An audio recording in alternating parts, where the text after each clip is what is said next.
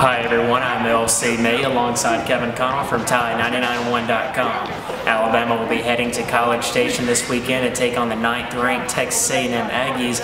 And one of the biggest questions heading into this top 10 matchup is how will Alabama's secondary slow down Texas A&M's talented wide receiving core? So Kevin, what can we expect to see from the secondary this weekend? Going back to last season, you see Alabama's secondary, that's been a point of criticism. Yes. They gave a lot of big plays, didn't have a lot of interceptions, but this year we've seen a lot of it different.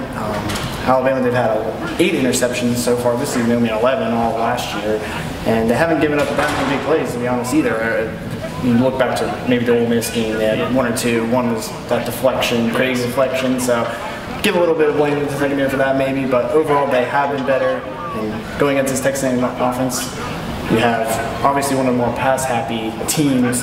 Kyle Allen, he's one of the 5-star guy came in, and they have this new freshman wide receiver, Christian Kirk. He's one of the top receivers in the nation, yes. All the stats, and he's only a freshman. They also have Ricky Seals-Jones, Speedy Noyle, Josh Reynolds. They have a lot of capable guys. You saw a lot of guys wearing those scout team jerseys of those players. So obviously that's a big focus, but Alabama secondary, we have seen a lot of improvement.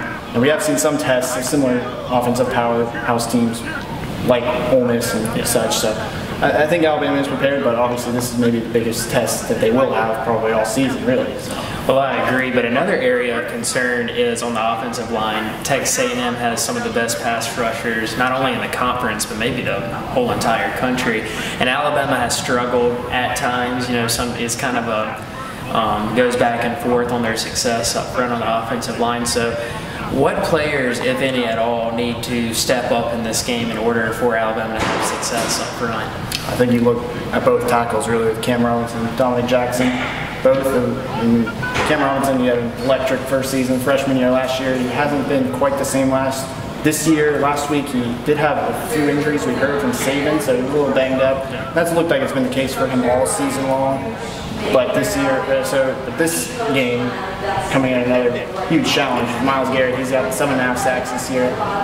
And last year he had 11.5 as a freshman. On the other side, Deshaun Hall, he's another guy who has 5 sacks this year as well. So Dominic Jackson, he's had an up and down performance as well this year. So it's going to be those two guys, and overall in Texas A&M it's like 19 sacks. So it's going to be certainly a tough challenge. That's kind of where Texas A&M's defense is built around, I guess, is that sack prowess. They have improved overall as a unit with John Chavis. That's a big part. They were like 104th last year finished, but I think they're somewhere around 58 so far this year. So they have made some strides. Obviously, maybe they haven't gotten to meet their schedule yet, but they have improved. And that sack ability, get a lot of those sacks, that's still constant from last year. So big area of concern. Well, I'm LC May reminding you to subscribe to the YouTube channel at Tie991 for more exclusive Alabama content.